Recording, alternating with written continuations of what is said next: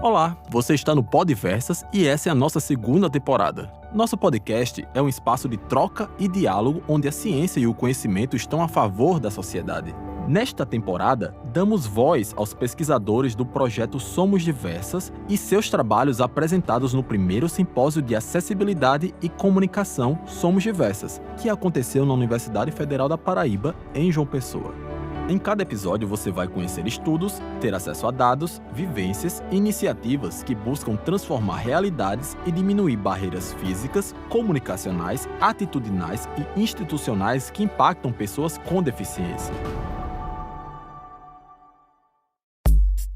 No episódio de hoje, conheceremos o trabalho apresentado por esse locutor que vos fala. Me chamo Marcos Fernandes, mas podem me chamar pelo meu apelido, que é Marcos Pac. Sou mestrando no programa de pós-graduação em comunicação na Universidade Federal da Paraíba e no primeiro simpósio de acessibilidade e comunicação apresentei o trabalho intitulado O Som como ferramenta de acessibilidade visual no cinema brasileiro. Sendo assim, prepare-se, pois o conhecimento inclusivo começa agora. Eu vou apresentar um recorte da minha pesquisa. Eu trago o som como ferramenta de acessibilidade visual no cinema brasileiro, mais especificamente no cinema paraibano. Eu sempre gosto de iniciar com a provocação de que quando Deus falou, faça-se a luz, ele começou falando, né? Então o som veio antes da luz. Eu sempre gosto de brincar um pouco disso. É até uma passagem que eu coloco na minha própria dissertação. No início tudo era verbo, no início tudo era som. E, de fato, se a gente vai colocar historicamente, você vai ler um pouco o próprio Harari, antropólogos, eles falam da importância do som nas culturas antigas, nossos ancestrais, a forma de como a gente perpassava o conhecimento era muito através da oralidade, muito através da vocalização. E a partir do momento ali talvez da escrita, mas alguns pesquisadores atribuem até a Igreja Católica um pouco como culpada disso, quando Deus na Igreja Católica começou a ser representado imageticamente, aí começou-se um desuso um pouco do som, um esquecimento do som de forma geral. E até hoje a gente tem esse percalço, mas também há limitações tecnológicas. Assim, dentro do cinema, o som começou a ser operacionalizado de maneira comercial, industrial, a partir de 1927. Então a gente tem pouco menos nem 100 anos ainda de um cinema sonoro comercial. É o primeiro filme, 1927 para cá, não tem nem 100 anos, mas assim, não significa um marco do início do cinema sonoro, né? Porque há pesquisadores que falam que no cinema ele sempre quis ser um cinema sonoro, né? A gente não tinha atributos tecnológicos para poder sincronizar o som e a imagem, ali em 1800 e tarará, quando deu-se início ao cinema, né? Através da invenção dos irmãos Lumière, né? A gente não tinha um aparato certo para sincronizar imagem e som naquele momento. A gente tinha, naquela época, assim, em meados do século XIX, ali uma tentativa de sincronização, sincronização, de armazenamento de som, né, com as invenções de Thomas Edison, e também tem um agora eu esqueci o nome dele, mas foi um dos primeiros relatos de produção sonora, que foi em 1857. Você tira um recorte assim da humanidade. Há quanto tempo a gente existe como humanidade? Há quanto tempo a pintura existe, por exemplo, como forma de representação cultural? E quando o som só começou a ser arquivado a partir de 1857, digamos assim, nem arquivado de forma totalmente efetiva. Então a gente tem, de certa forma, um apagamento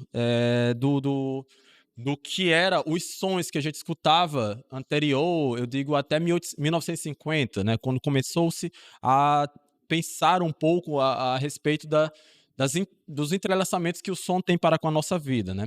Eu trago até uma citação do Noval Baitelo, nesse livro, A Era da Iconofagia, Reflexões sobre a Imagem, Comunicação, Mídia e Cultura, em que ele fala que o sentido reinante no nosso campo é a visão. Antes de eu continuar a citação, queria falar que meu slide, o primeiro, ele só tem... É um slide bem limpo, branco. No canto superior tem PPGC, Programa de Pós-Graduação em Comunicação, a logo do Somos Diversas e da CAPES. Logo abaixo o título, meu nome da professora Flávia. E segue sempre essa lógica de fundo branco e um texto só para eu me acompanhar. Então, voltando à citação do professor Norval, ele fala que o sentido reinante no nosso tempo é a visão, sentido da distância e da separação por excelência, enquanto os outros sentidos, como o tato e a audição, caíram no desuso alarmante, se tornaram obsoletos e se atrofiaram, reduzindo as possibilidades do mundo sem nos propor solução. Ou seja, a gente muito numa cultura visual, alguns pesquisadores vão chamar de uma cultura visocêntrica ou até mesmo oculocentrista, atribuímos sempre valor ao sentido da visão, esquecendo os outros sentidos. Tem outra pesquisa, tá me fugindo os nomes, tá, pessoal? Mas eu vou lembrar, se eu lembrar, eu venho trazendo, venho resgatando.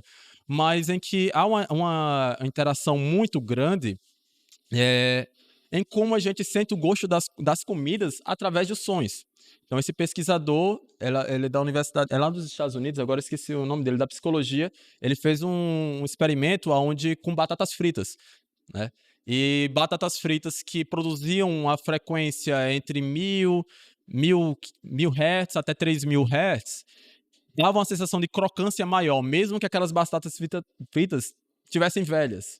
Mas as pessoas sentiam como elas fossem mais crocantes e novas, mesmo não sabendo que elas são batatas fritas velhas. Então, só com o som a gente consegue até dar sabor às coisas, né? Também tem nessa mesma linha de pensamento o próprio lugar onde se coloca o café também, do ponto de vista visual, se é uma xícara branca ou preta, para algumas pessoas interfere no gosto do café, inclusive, né?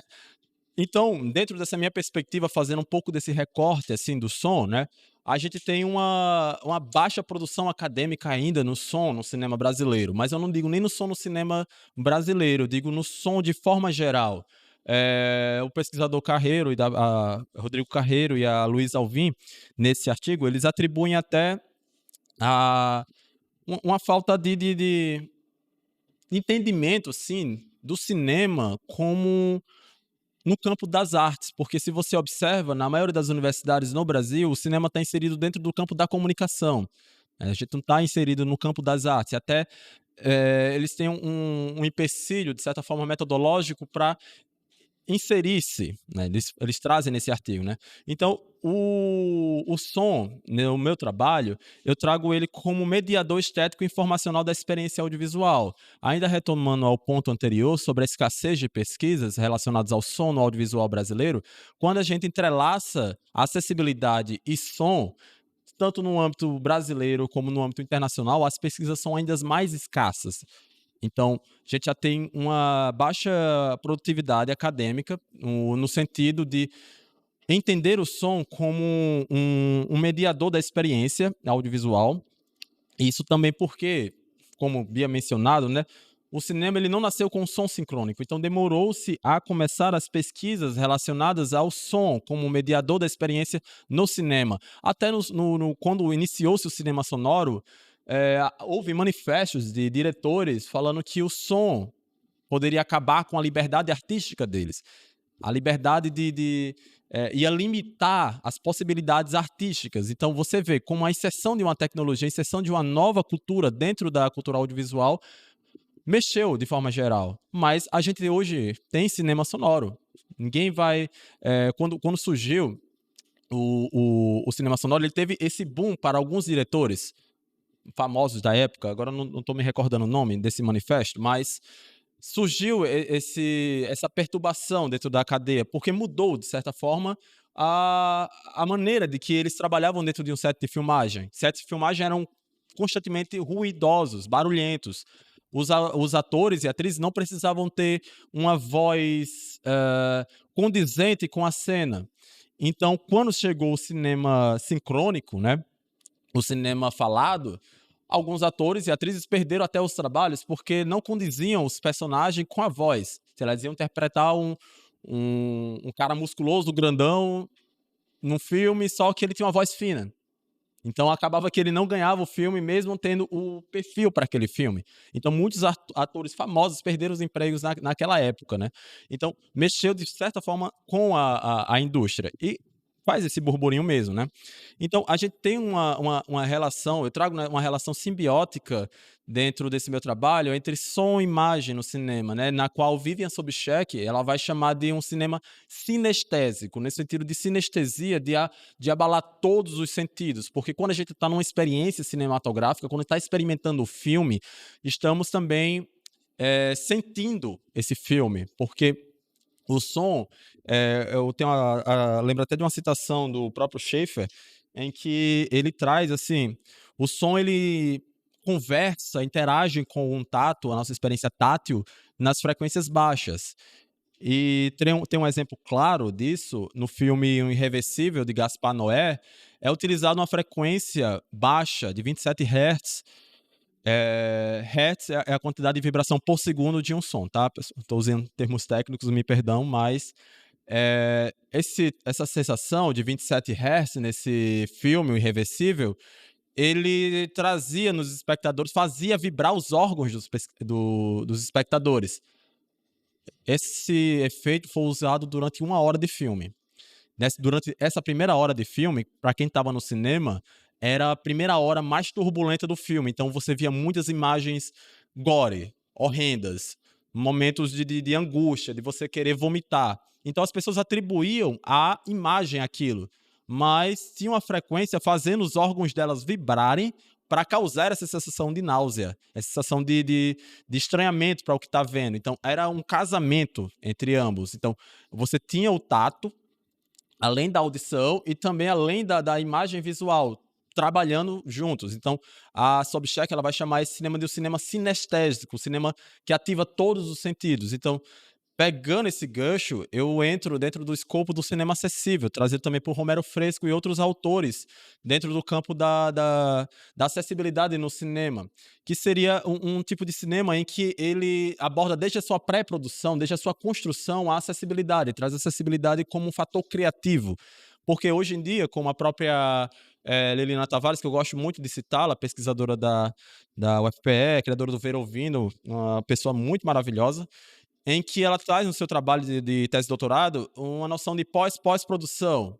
Então, como a gente viu hoje de manhã com a professora Flávia na sua oficina, e durante toda a nossa discussão do dia de hoje, o lugar da acessibilidade, mesmo no cinema, está em uma posição de, gente, temos o filme colorido, editado, som mixado, feito, editado, tudo, falta distribuir, mas antes de distribuir, opa, acessibilidade, faz teu trabalho aí. Não, mas não tem como trabalhar em cima faz teu trabalho, manda alguma coisa e pronto, o filme está acessível. Pessoal, temos audiodescrição no filme, olha que acessibilidade magnífica. Então, é dessa forma que muitos filmes, eu não vou generalizar, dizer que todos os filmes são assim, porque a gente tem exemplos do próprio Romero Fresco, da própria Mariana Lopes, na Universidade do Reino Unido, que trazem essa noção de um cinema acessível, de você construir junto, né, a acessibilidade. E a acessibilidade como parte visual do departamento de som. Então, dentro desse meu trabalho, eu trago a acessibilidade, a consultoria em audiodescrição,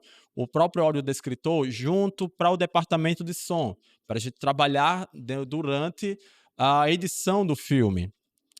Dentro dessa perspectiva, a questão que eu trago nesse meu trabalho de mestrado é como o som fílmico de 2 curtas-metragens de baixo custo foram concebidos com o intuito de proporcionar maior autonomia e experiência para pessoas com deficiência visual. Eu trago aqui as palavras autonomia e experiência. A gente quer amplificar a experiência do público com deficiência visual e trazer mais autonomia no entendimento da trama, né?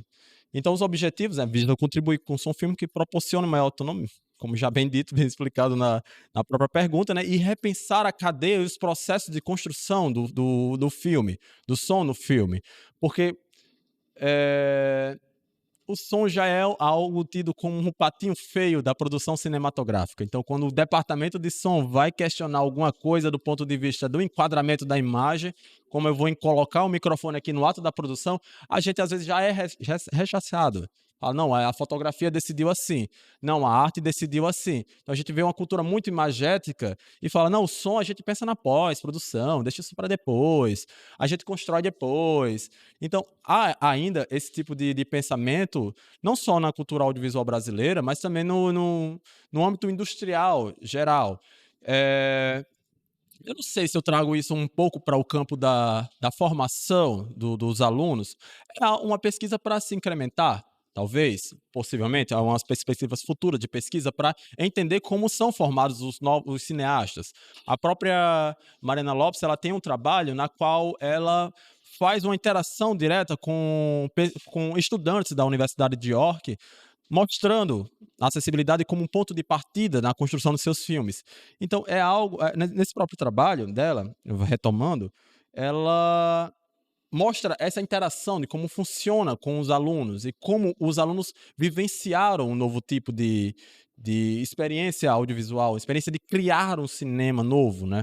Então é algo para se pensar durante o futuro, né, de você ver como é tido dos PPCs dos cursos de cinema, de audiovisual, como a acessibilidade é tida nessas construções de cinema, nesses olhares para o cinema, né.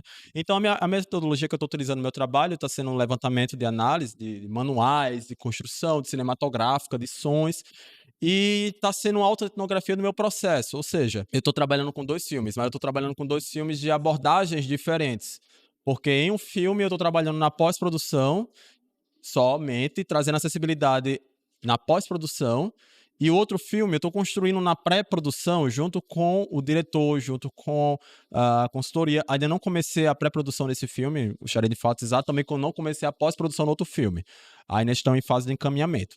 Mas a ideia é trabalhar um filme na pré-produção com a interação com o diretor, com a consultoria de acessibilidade, audiodescritor, para a gente construir acessibilidade na pré-produção, e o outro é, vamos agora utilizar a lógica do mercado, mas agora botando a acessibilidade como um trabalho do editor de som. Vamos ver como é que fica, como é que sai esse resultado. Por isso que eu trago essas duas abordagens durante as minhas fases de pesquisa de trabalho, né?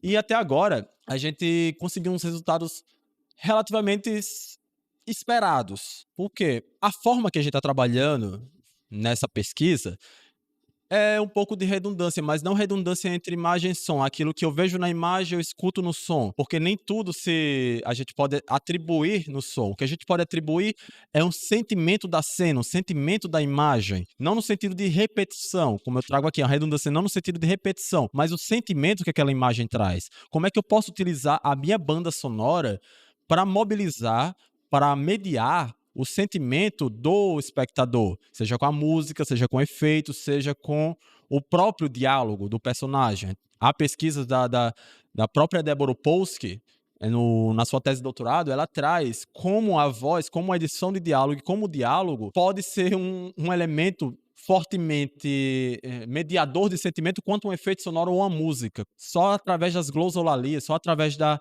respiração, da fala e da forma que o personagem vocaliza, ele já consegue trazer um sentimento da cena ali, um grito, uma voz mais íntima, enfim. A mudança na organização da equipe, né, a gente reorganiza a equipe, tira a acessibilidade da pós-produção, traz acessibilidade para a produção, no caso de um filme, e o outro filme eu trago para pré-produção. Mas o tipo de audiodescrição que eu estou trabalhando nesses 2 filmes, um é uma audiodescrição tradicional, na qual desculpa, a audiodescrição tradicional de um filme, e a outro tipo do filme, no outro filme, eu trabalho com a audiodescrição trazida por Lopes, que ela chama de audiodescrição aprimorada, Enhanced Audio Description. Mas também trabalho a audiodescrição tradicional nesses filmes. Por quê? Trazer escolha. A pessoa possa escolher que tipo de audiodescrição ela quer ter naquele filme. A audiodescrição aprimorada, segundo a própria Lopes, é uma audiodescrição em que o próprio personagem se descreve, além do próprio personagem se audiodescrever, há também uma mixagem do filme de forma binaural, ou seja, quem vai escutar o filme com fones de ouvidos, há uma imersão maior com o filme quando você está com fone de ouvidos. A pesquisa ainda está em andamento, é uma pesquisa recente, acho que tem menos de 10 anos, desde a primeira publicação dela, mas conseguiu financiamento há pouco tempo, então ela está ainda desenvolvendo e também está experimentando como ela pode fazer isso com sistema de reprodução surround de cinema, como ela pode trazer a audiodescrição para o próprio filme, a acessibilidade para o próprio filme. Para finalizar e para deixar de maneira mais prática essa última fala sobre a audiodescrição aprimorada, seria como Eu sou um personagem de um filme, estou aqui parado. Olho o relógio, olho para um lado, olho para o outro, olho novamente o relógio. Eu estou esperando alguma coisa. E a audiodescrição tradicional vai trazer isso, que eu estou esperando, por exemplo, um ônibus. E, claro, vou estar, por exemplo, numa parada de ônibus, vai estar claro que eu estou esperando um ônibus, que eu estou atrasado, porque eu estou olhando o relógio. A audiodescrição aprimorada seria eu audiodescrevendo. Então, seria algo voltado para um elemento narrativo. Então, seria 9 horas, esse ônibus ainda não passou. Rapaz, eu vou me atrasar pro trabalho. Se eu me atrasar, tô lascado. Tô lascado porque eu me atrasei ontem, atrasei antes de ontem. Então, se esses elementos foram trazidos no filme, seriam replicados agora, novamente, se ele já tivesse sido atrasado por causa de ônibus.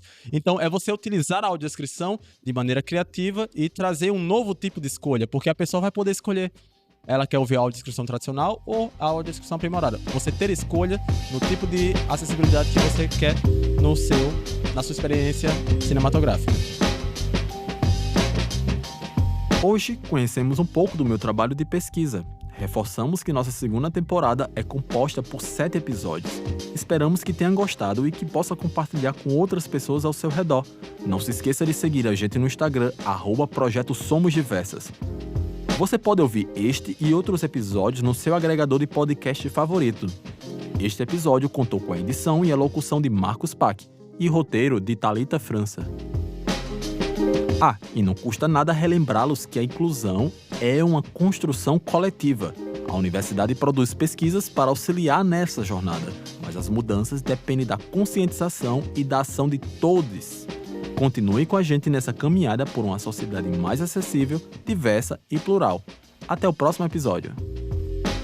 O Podversas é uma iniciativa do Observatório da Linguagem e Inclusão que integra o projeto de pesquisa Somos Diversas, financiado com recursos provenientes da CAPES, Coordenação de Aperfeiçoamento de Pessoal de Nível Superior.